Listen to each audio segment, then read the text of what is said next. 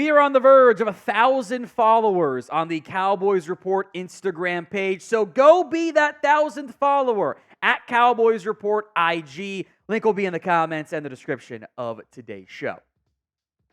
Let's talk some Brandin Cooks hype here briefly for the Cowboys. The things you're looking for in OTAs, in minicamp, and even more so in training camp, right? It's the consistent refrains, the steady drum beats, the consistent reports. And Brandin Cooks got a lot of those. Every day it was, man, Cooks looks really good. He's playing great, making big plays. John Machota of The Athletic wrote in a recent kind of summarizing the offseason, one big thing for each team, right? The connection between Brandin Cooks and Dak Prescott stood out the most. It was a solid rapport last year at this time, but it was obvious during OTAs and minicamp the two now have a full working year together. They were on the same page in all drills, but in particular, it stood out on some deep ball throws. CeeDee Lamb is the number one wide receiver. There's no questioning that Cooks is their number two. If Cooks can stay healthy, he's capable of an 800 to 1,000-yard season with double-digit touchdown. The Cowboys need Cooks to be that wide receiver too. They don't have the horses behind him if they're not getting good production out of Cooks. And that probably means a little bit more than what they got last year. I'm not saying you suddenly take targets away from CeeDee Lamb. I don't think anyone wants that to be the case. But I think you can still get Cooks a little bit more involved. You can still get Ferguson a little bit more involved for a team that, frankly, might not be able to lean on their ground game consistently. With a new offensive line, especially early on, having to introduce some new pieces there, it might have to be a pass-heavy offense. Is it going to be the 90-catch, 1,000-yard receiver again? Maybe not. But I do want to see one thing in particular. I want to see more Cooks-Dak deep balls. They dialed those up a lot at training camp last year to great success, and then didn't use it as much. In fact, Cooks at the beginning of the year was really not involved much in the offense. So that was a quarterback chemistry thing with the wide receiver, game planning, play calling, whatever. You can kind of go even month by month, and it was a slow start and got back to that closer to 800 number as the year went on. Cooks last year, these are per PFF, 20-plus yard targets, had 19 last year for Dallas, only connected on 7 of them. Of his targets, 21.1% of them came 20-plus yards downfield. That's relatively similar to some of his career averages, but if you can bump that up 5%, doesn't sound like a lot, but it's enough, and you can convert on them a little bit more frequently, which the quarterback gets blamed for, to be clear there. Could be a big year for Cooks. So over or under that 800-yard figure mentioned for Brandin Cooks. O for over, he gets to 800 yards, or U for under. So we're doing 799.5 because there are no ties. This is America, ties run American. Go to the pinned comment. O for over, U for under. Some injury updates here also from Johnny Matches of The Athletic. Trevon Diggs, DeMarvion Overshown, they should be good for week 1. Training camp, though, even with factoring the Mike McCarthy comments, maybe. July 24th is the training camp reporting date for the Cowboys. They'll fly out a little bit earlier.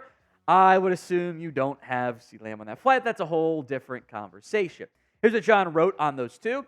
There's a chance that one or both could start training camp on the physically unable to perform list, the PUP list, but ultimately both are expected to be ready for the start of the season. I could see the coaching staff wanting to be cautious early in camp. Both were working with Britt Brown, the Cowboys' director of rehabilitation, during the portions of offseason practices open to reporters. Neither appeared limited in their work off to the side. Everything I've heard is that both have recovered well from their season-ending knee injuries and haven't had any setbacks. Both are to be on the field when the Cowboys travel to Cleveland. So prediction time. Do Diggs and Overshown start the year on the PUP list? This is the training camp side, not actually week 1. 2 for they both will, 1 for one of them will, or 0 for neither will begin the year on that list. In theory, Overshown should be back first because he suffered the injury earlier. Therefore, he should be further along in his rehab and his development, everything from that angle. Cornerback-wise, they did add Garyon Conley. I don't think that's a sign of any concern over Diggs, even just being ready to go day one, because they have enough bodies out there at corner, depending on how they want to utilize Mukuamu. But, Goodwin's not a core special teamer. Bland and Lewis and Goodwin aren't going to play actual cornerback reps in the preseason. So that leaves Scott, Wright, Butler. And if you're going to make Mukuamu more of a safety, that leaves 4 once you factor in Carson. So maybe one more guy was needed to get through the preseason. At linebacker, look, I think Overshown's going to be your starting weak side linebacker week 1. You'll see more 3 linebacker sets with Kendricks, Overshown, Clark, and Leafau will mix in, and linebacker 5 is completely up for grabs right now, not including your kind of defensive end linebacker hybrid, etc. With Mike. I think Tyrus Reed, Byron Vaughns fit that mold as well. I think that Overshown will be good to go for week 1. I'm banking big things on him, and I'm hopeful for both of those guys. It's not just the return to play. It is the return to performance we haven't seen Gallup recover from and didn't see last year from Terrence Steele. The official 2024 NFL draft hats are available over at chatsports.com/Cowboys draft hat. Link will be in the comment section and the description of today's show. I would check out that link. You can see it more so on the Navy hat than the smoke gray hat. The 3D effect they're going for, it's not always as obvious if you're not able to zoom in on your phone or whatever. So link will be in the comment section and the description of today's show. That's chatsports.com/Cowboys draft hat. Couple free agent offensive linemen being speculatively linked to Dallas. Cowboys Wire suggesting the Cowboys sign former Packers offensive tackle David Bahktiari to help at left tackle. And in a bubble, this does make sense. You're adding a veteran left tackle who has been really good with when healthy, and allows you time to get Tyler Guyton up to speed and ready to go as your eventual franchise left tackle. And I think if healthy, which is a big thing there, we'll see about that and hear more about it from Bakhtiari in a minute, he's a lot better than Chuma Doak is.